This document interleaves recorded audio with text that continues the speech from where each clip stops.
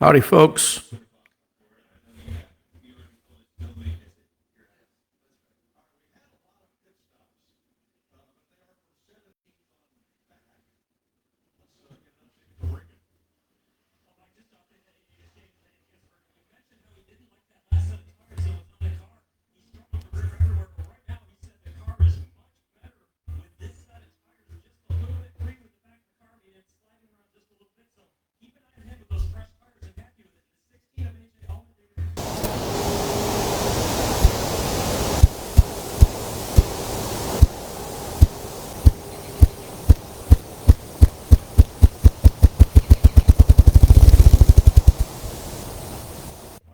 Hey, folks, it's Dennis with Aspen Ticket Grouse Dogs. It won't be long, and we'll be hearing that sound, which is really, really going to be good when the spring hits and we start getting to that drumming.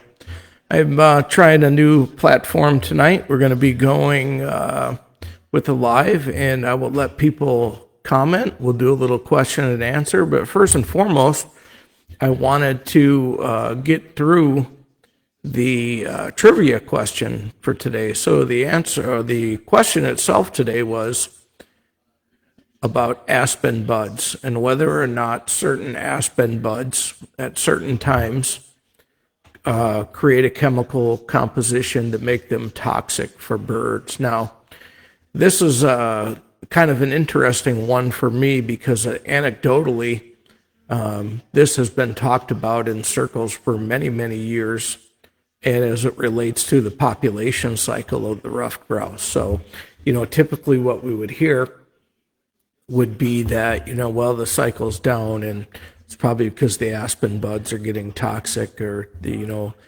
there's somewhat of a debate on that. So I thought I'd do a little bit of research into that to do the question and answer, or do the trivia for today. So as it turns out, I don't quite know how to share my screen on here, but one of the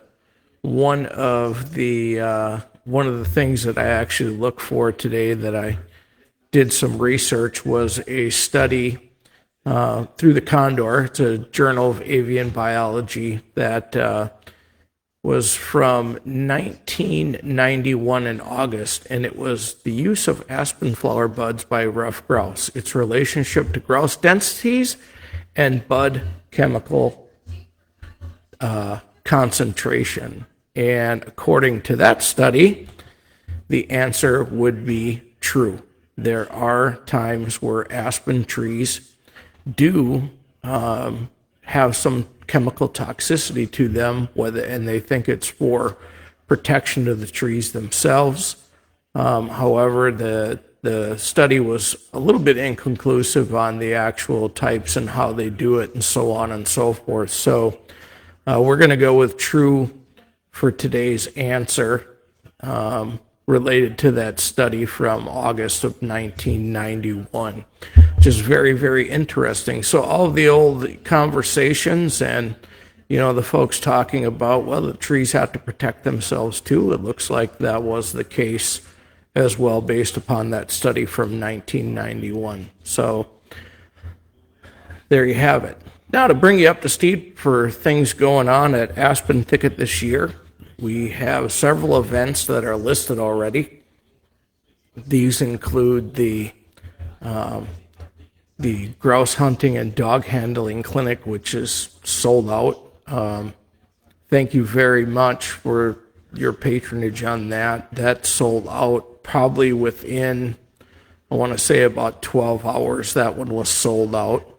And then we have the women's grouse hunting and dog handling clinic, and that one is about 90% full. I think we have one more space available for that one, and it's going to be a really cool event. It's designed for women, and we're even going to have some women instructors.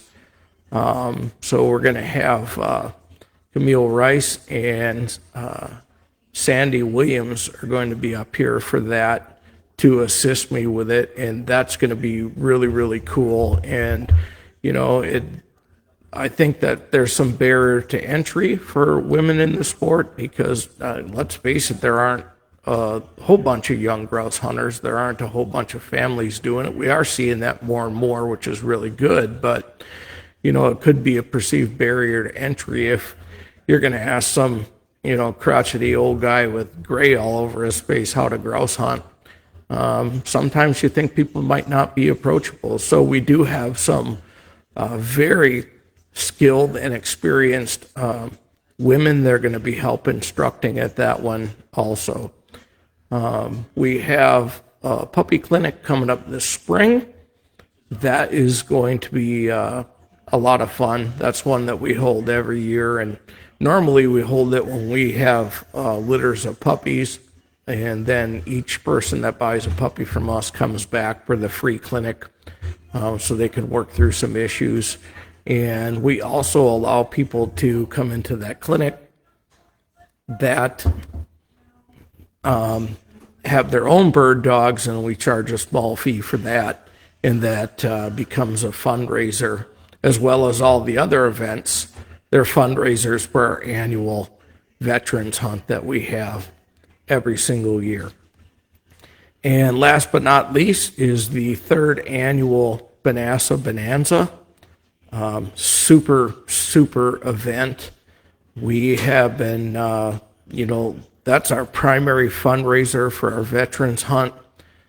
It is a good time had by all. We have a lot of vendors that will be here. And if you're wondering about honestly what it is, it's like a mini pheasant fest, which happens to be going on right now, but it's a mini pheasant fest designed for rough grouse hunters. We have 3 days of seminars. We have hands-on seminars. We have field trips into the woods for habitat identification.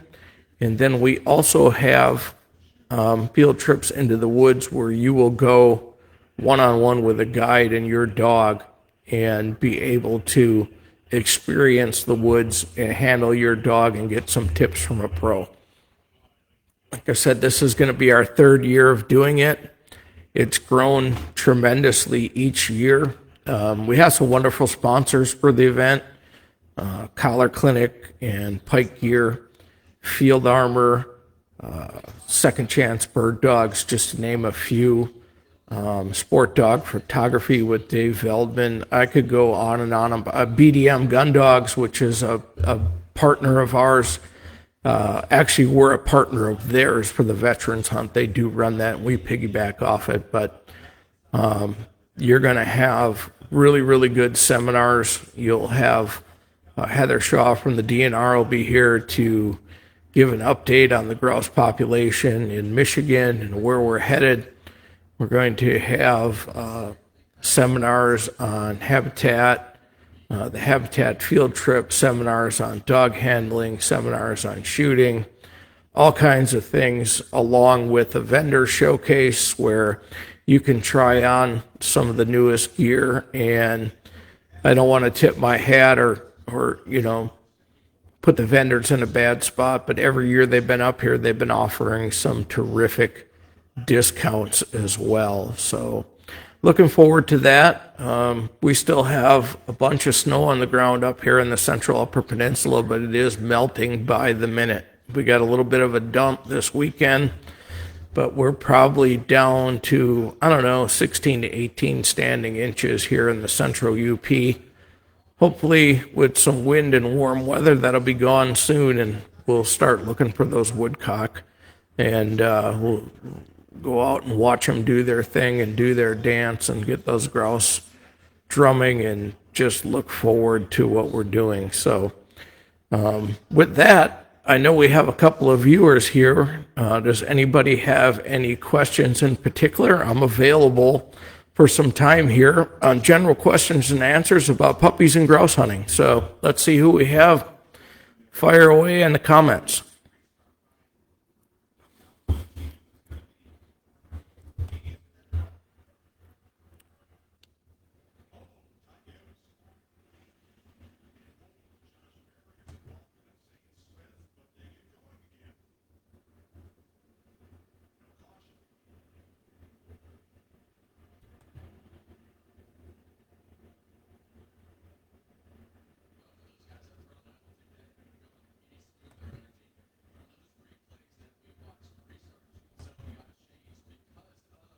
No questions.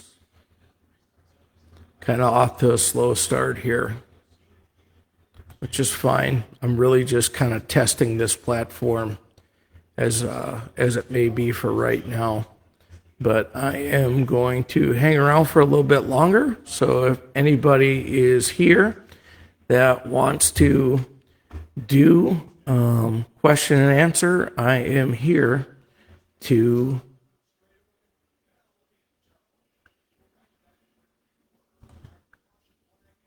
answer some of those questions.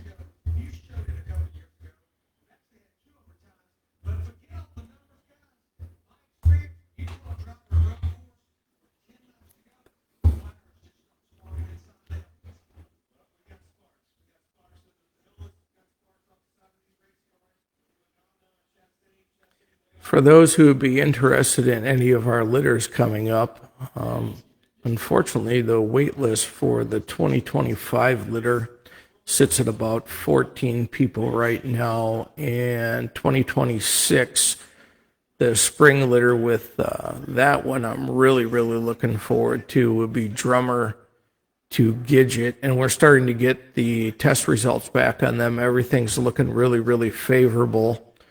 That list currently, I think, has about 8 people on it, and I will be keeping one from that litter as well.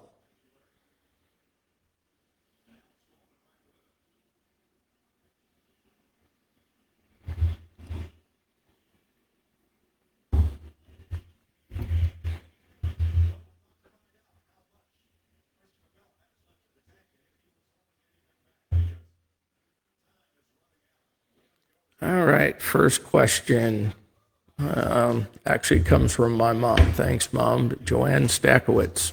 Do grouse brush the snow with their wings, dig it out with their strong feet, peck the snow away? So I'm assuming your question is related to how the grouse actually enter the snow. So this is based upon the fact that grouse actually do snow roost, particularly when the temperatures go below a certain level. And they don't dig themselves in and bury themselves.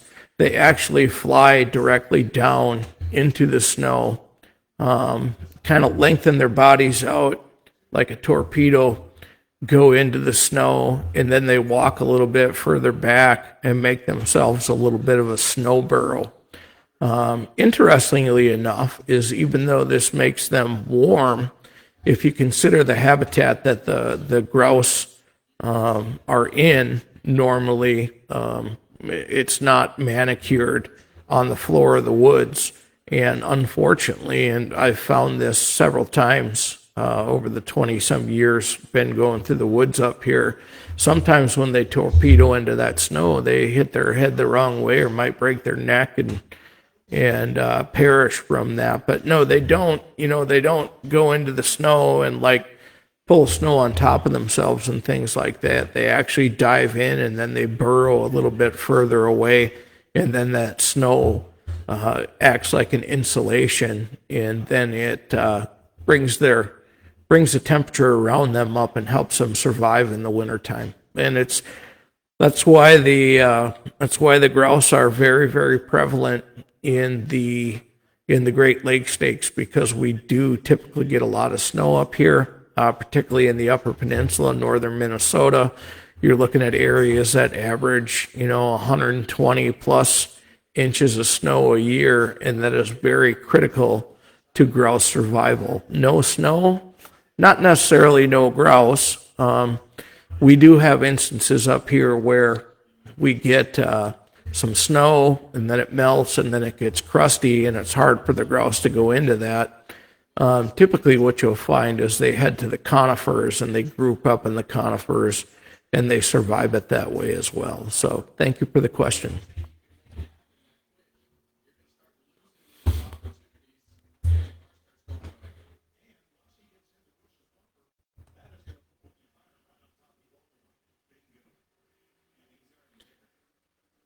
Looking at our also for this year upcoming, I do typically get a lot of calls for dog training a little bit late. Thankfully, and I'm blessed, but most of our people that are in the wild bird program, you're welcome. Most of the people that are in the wild bird program book those spots a year or two in advance. Typically, people will get a puppy, they'll have the puppy season with it, and then that second season, they'll send it up here for the wild bird transition course. So if you are interested in having us train your dog on wild birds, it's always good to get into that conversation with me at least a year, if not two, ahead of time. It's a very limited program. I don't typically take in a lot of dogs for training because I want to underpromise and overperform. I can't say enough about the time that you actually need to put into a dog through that exposure phase to be able to do what you need to do with that transition on the wild birds, because it's not simply you just don't take a dog and run it on wild birds. You have to get the dog here. You have to make sure the dog is staunch. You have to see where it's at in its training. You might need to fine tune a few things. Then you take it out on wild birds. Once you take it out on wild birds, it's going to lose itself a little bit because it's a young dog. Then you got to bring it back, fix a few things, tweak a few things here and there. Usually don't have to go back to the drawing board. And then you take them back out on wild birds again. So it's a pretty interesting and very kind of intense program that, you know, it would be easy to take too many dogs, and then you get into a situation where you overpromise and underperform. So if you're interested in that program, please reach out to me as soon as you can. We've even had instances where people have reached out to me and booked time before they even got the puppy. So, and again, I'm blessed that way, but, you know, we certainly appreciate it. We got any more questions out there?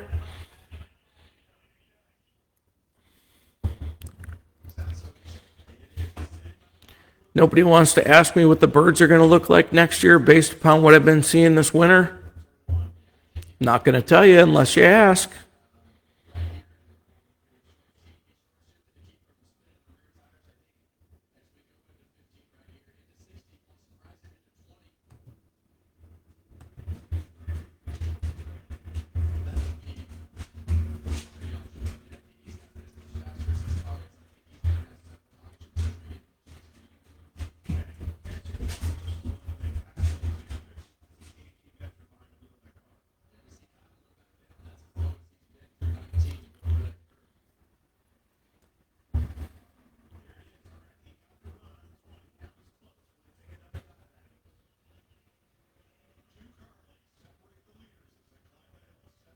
There we go, Jim.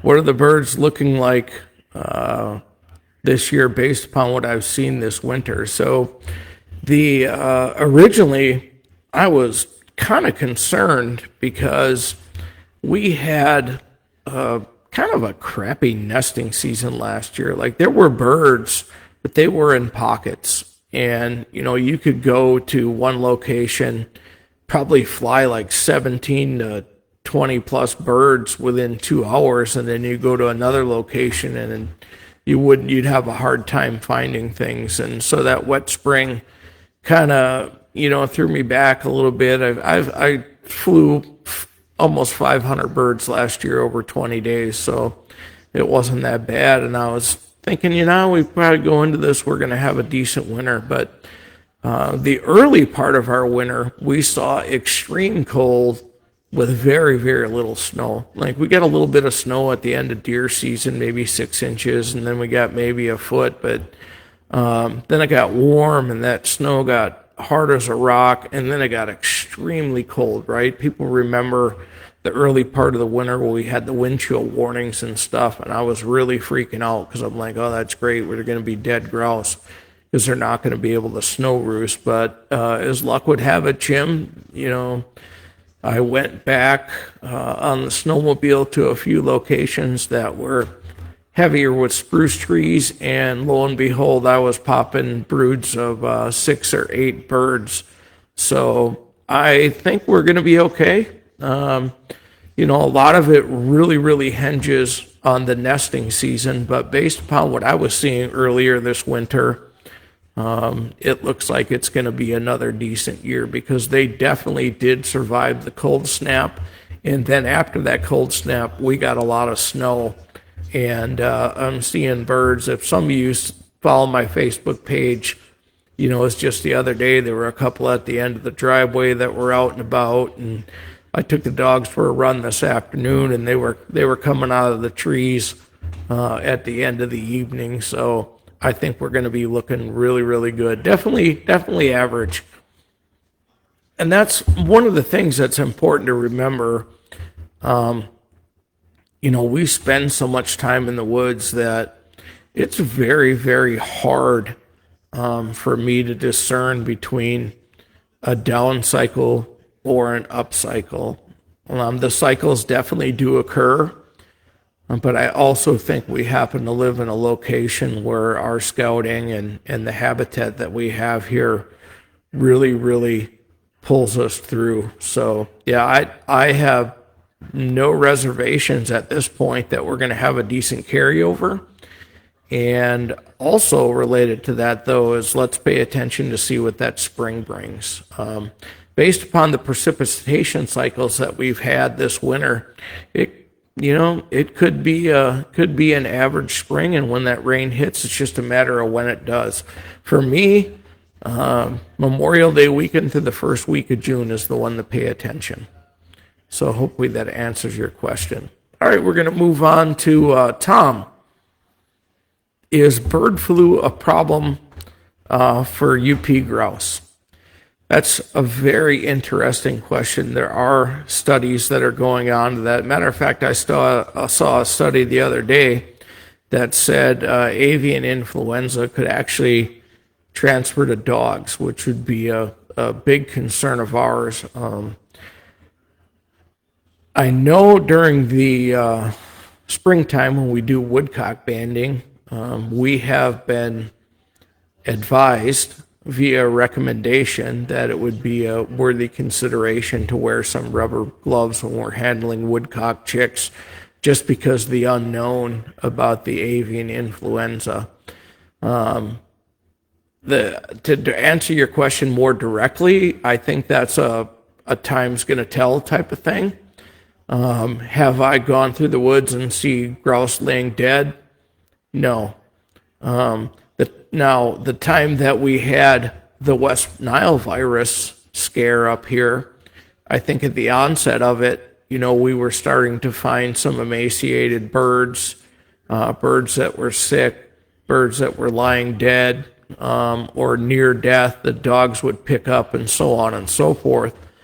But even then, when I happened to participate in the West Nile virus study, a lot of the birds that were positive actually had antibodies, and a lot of the healthy birds that collected specimens on that season also had antibodies. So that, it just kind of relates to the whole history of the ruffed grouse, where they are extremely, extremely resilient birds, and they seem to, they seem to live through a lot. I often joke with people when you go on a guided hunt with me.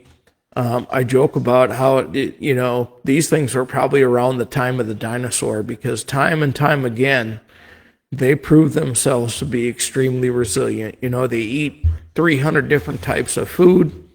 They can live in a lot of locations, and if it weren't for predators, that to me seems to be the biggest issue that we face with them as predators.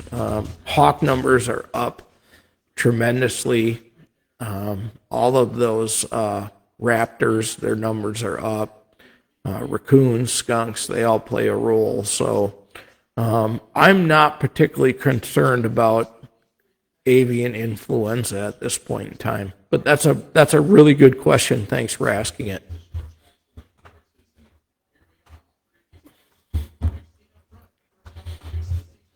And by the way, Jim, if you're still on, we were talking about that gun the other day. I took that CZ out today and shot 24 25 with it.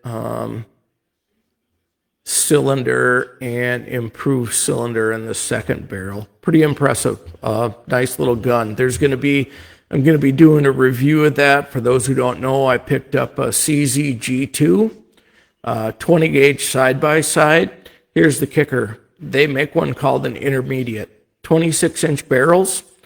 The length of pull is a little bit shorter than, the average gun that you buy off the shelf is normally set up for the average human being. So it has like a 14.5-inch length of pull, 14 3/8, somewhere around there. This one is actually 14 1/4.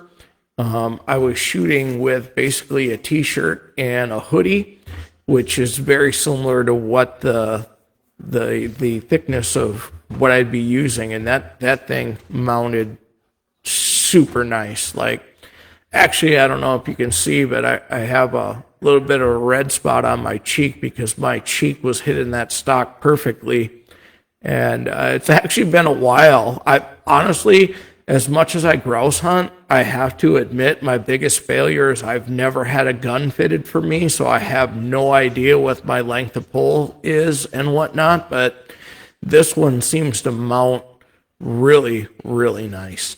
And we'll be doing a review of that once I get all the video put together.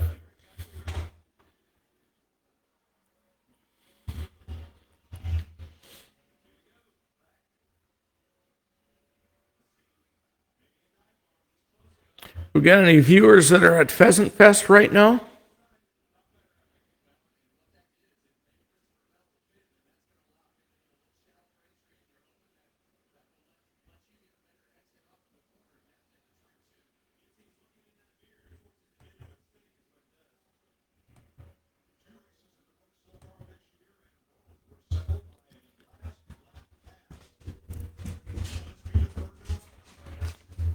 I didn't expect a lot. Oh, Pheasant Fest is next weekend. Okay, Jeff. Jeff, are you going to Pheasant Fest, buddy? You gonna have a booth there?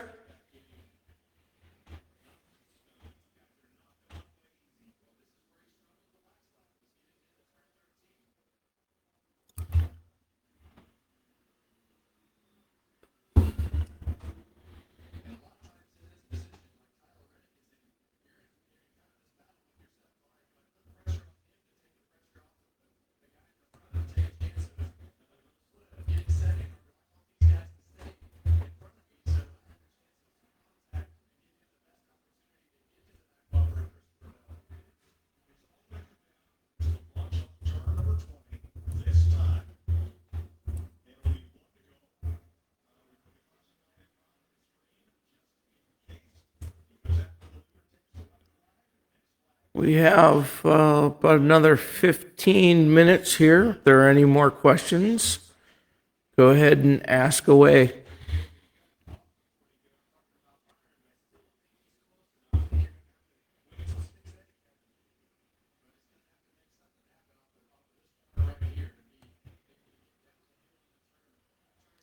For those of you who don't know, Jeff Walla, who's commenting on this live video, he's actually the owner of Field Armor. And I don't know how many people are familiar with their company, but they make some really, really nice dog vests. And actually, I'll be honest, I was never really a dog vest guy.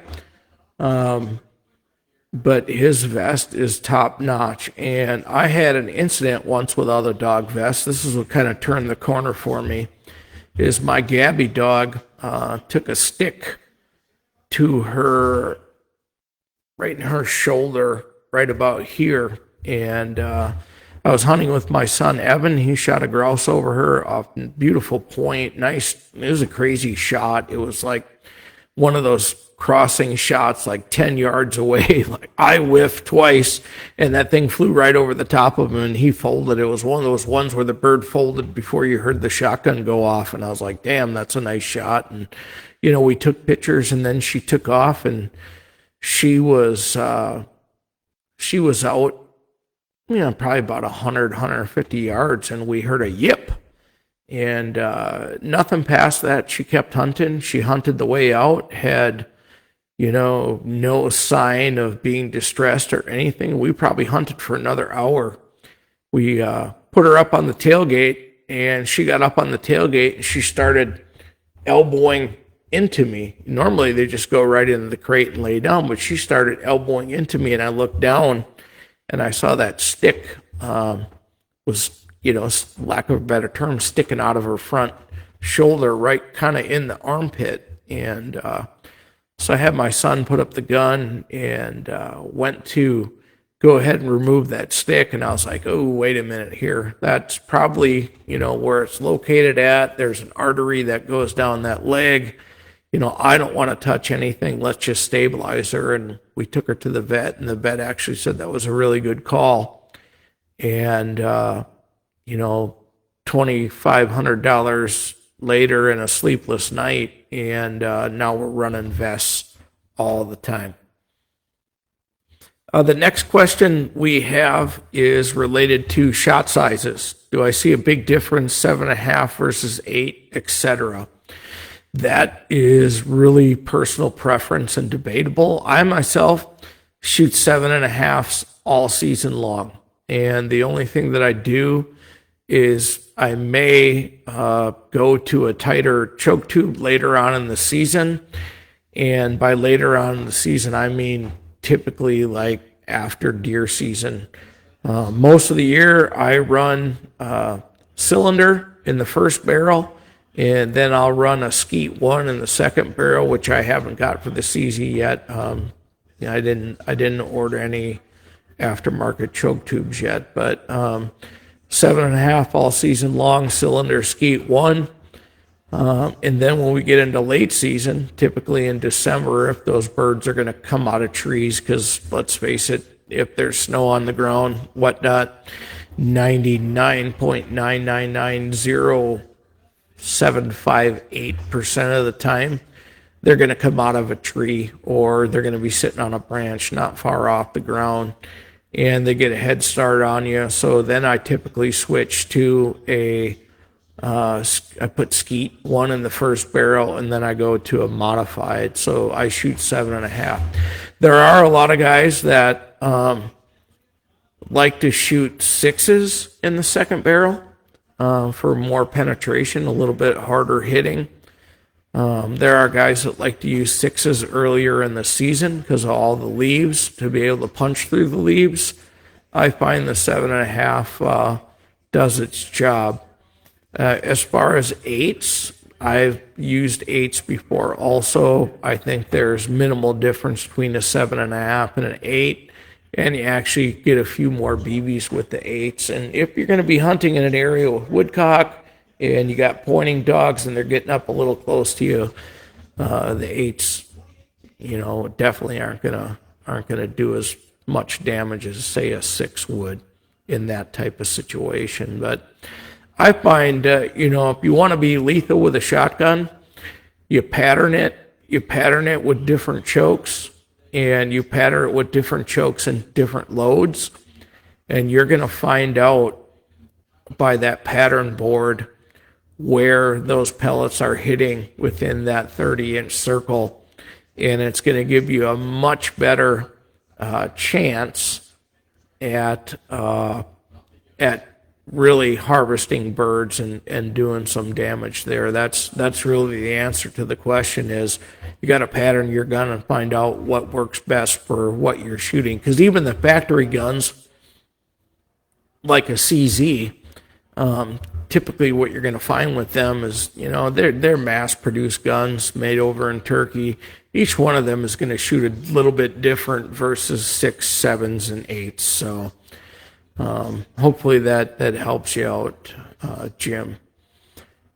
Well, hey, Josh, what do I use for my dogs for ticks? So I use the Walmart version of Frontline Plus, and I actually just had my hands on it today. I was cleaning the kennel. We had been down to Detroit for the state wrestling finals this weekend, and I got back, and God bless my wife, man. She takes care of that kennel for me and does a really good job when I'm not here.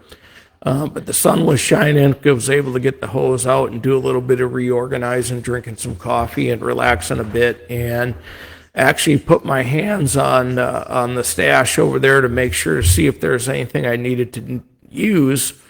And what I use is I can't think of the name of it now for the life of me, but if you go to Walmart, they have a standard version and then like a standard version plus of it. It's the same exact formula as Frontline Plus. I've been using that for So when Frontline first came out, I used Frontline. I bought it from the vet. That was probably 20 years ago. And then Frontline Plus came out. I started using Frontline Plus, bought it from the vet. Then the kennel grew. I started buying it from Australia at some point in time, skirting the FDA or whatnot. And then they make so much of the aftermarket stuff now. I just use that, and it seems to work really, really well. I know there are some guys that use Bravecto, the tablet, and then there's also a collar that folks can use. I just stick with the good old Frontline Plus. I haven't seen any negative side effects with my dogs. And I've got some dogs that live a long, long time. And if they were going to have chemicals affect them, definitely would have got them. But I mean, hell, Panzer's walking around. We're looking at his 16th birthday coming up in a couple months. His mother was almost 16. I mean, I haven't seen any side effects from anything like that. And we do hunt in Wisconsin as well. So that should say enough right there, because the ticks in the UP are nothing compared to Wisconsin. Man, Wisconsin's got those deer ticks. It's really bad. Sometimes what we'll even do when I'm in Wisconsin is I'll take one of those heart spray bottles of just the general flea and tick stuff, and when we get back from hunting, I will cover their eyes and spray their head and the front part of their body and just spray them down with that stuff, and then throw them into the dog crate. And then we typically see dead ticks inside the dog crate, or ticks falling off of the dog. So that stuff has worked wonders for me over the years. And you wonder with those ticks, right? How much of it is kind of like pharma and how much of it is actual science behind it. There's a lot of those. Well, studies say that this one is more effective because ticks evolve over time and the Frontline Plus won't kill them anymore, so you got to try something else. I haven't found that to be true. I use Frontline Plus.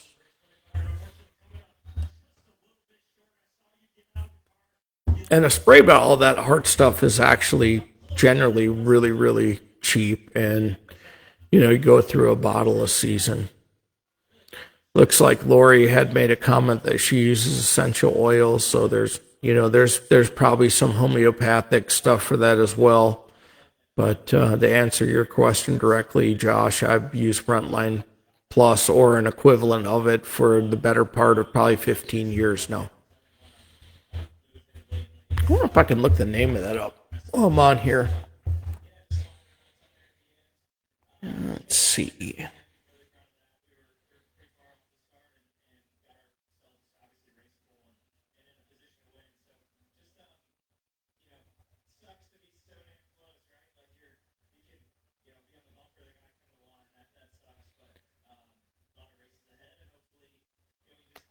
Pet Armor Plus. That's what I use. So I don't know if people can see this, but that's what it looks like. You can get it at Walmart. I used it for a long time. Now, that being said, I've never tried Seresto collars. Dogs have come in here wearing Seresto collars for training, haven't had any tick problems. And more commonly, I'm seeing a lot of dogs on Bravecto and not seeing any tick problems with that as well. Related to ticks, though, every year I would recommend you do get the blood test done. Just to confirm that what you're using is working, because if your dog's, particularly the big one to look out for is anaplasmosis. Early on, over 20 years ago, I had dogs get anaplasmosis from a deer tick. One of them actually died, or didn't die, sorry. It was almost died, my gunner dog, because of that. He was in really rough shape. And they were able to help him out, put him on a strong antibiotic and bring him back. But consequently, the dogs will always, when you throw those dogs, they will all have antibodies for anaplasmosis, and most of them will be carriers their entire life. And that's just some of what we have to deal with.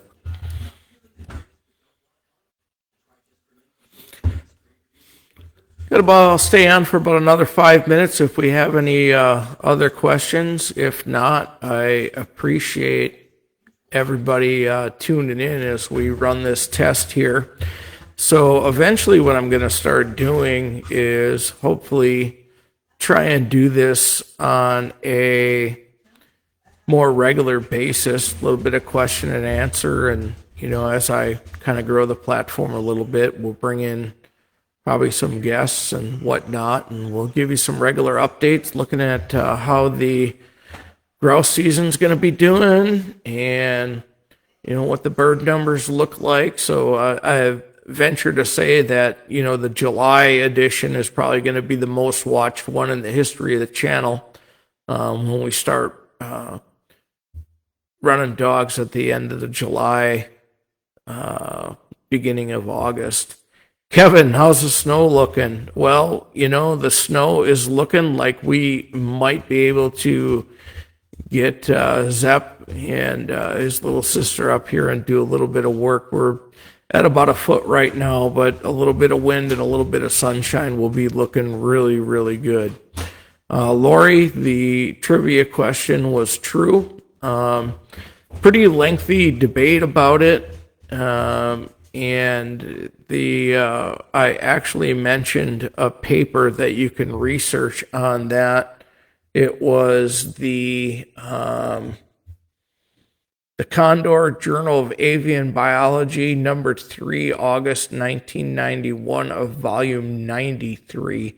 It's a study on the use of aspen flower buds by rough grouse, its relationship to grouse densities and bud chemical concentration. And I would encourage you to go back and watch the first part of it for a little bit of a